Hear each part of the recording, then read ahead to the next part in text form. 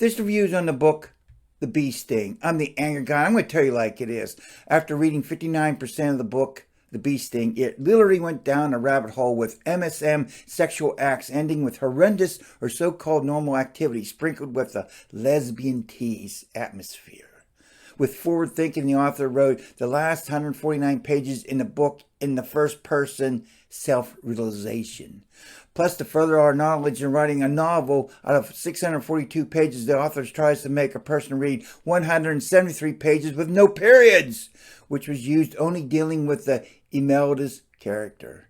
59% of the book is exactly the page number the great gifted author writes what he knows.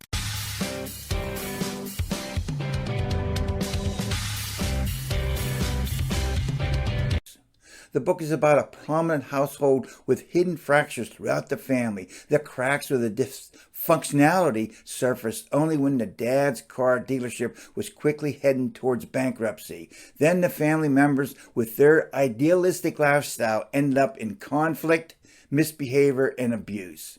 Paul Murray is an excellent writer who wrote the book, The Bee Sting. Mr. Murray has also wrote several other books that have won awards. In the book, The Bee Sting, he immerses his readers with first-hand knowledge of each character, revealing their true identities, which was required through their own experiences, showing how each individual involved. With that, you actually get to know each persona intimately. Paul brings each character to life by giving them their own past history, flaws, and missteps through the non-fictional life.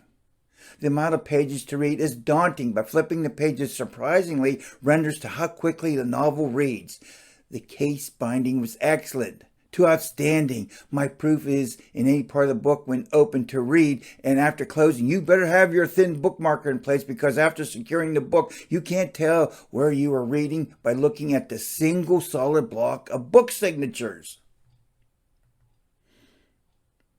The frustrations in reading the book, The Bee Sting, was, at times the author used Irish words or slang that I didn't understand. That's a minor flaw. The author is very good in describing and seeing how the characters are feeling at that moment. I'm talking about the horrifying rape sequence. My face didn't get warm and I didn't feel nothing sexual at all. After reading the sequence, my mind raced to the thought, oh my God, this is what happened when some evil priest raped young boys, or some pedophile gets some young kids. The punches to the face in the sequence in the book was like how the young survivors must have felt, because their parents thought of the priest as almost godlike and most hurtful, a good friend. When reading that rape sequence in the book, I felt exactly as I did 51 years ago when I saw the movie Deliverance scene the first time in a dark theater. I felt the same ugliness, was sickened and disgusted. The author went on tangents. For example, Imelda's character is described in 100 pages. There was no need for that. All the author had to do was to explain to the reader Imelda's had a weird upbringing with the sole fact she was spoiled rotten and never heard the word no. Dickie and Victor digging the well was excruciating painful to read through. What about when Dickie left the dealership party and went to the car lot where his office was near the maintenance bay? Seen that coming a mile away. You know what was going to happen in there.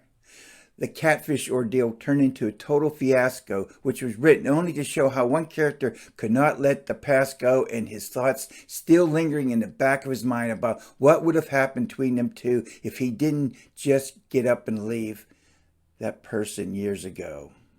I figured 250 to 300 pages could have been easily deleted, along with all but 2 homosexual encounters. Take your pick. The ending of the novel was terrible, but I half expected it from this author.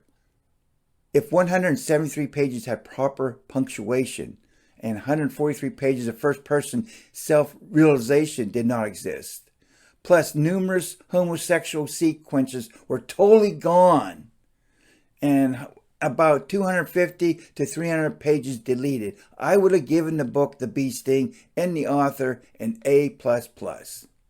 Out of an alphabetic score, I give the book, The Bee Sting, a C+. Would I recommend it to read? Yes, if you live or support the LGBTQ lifestyle.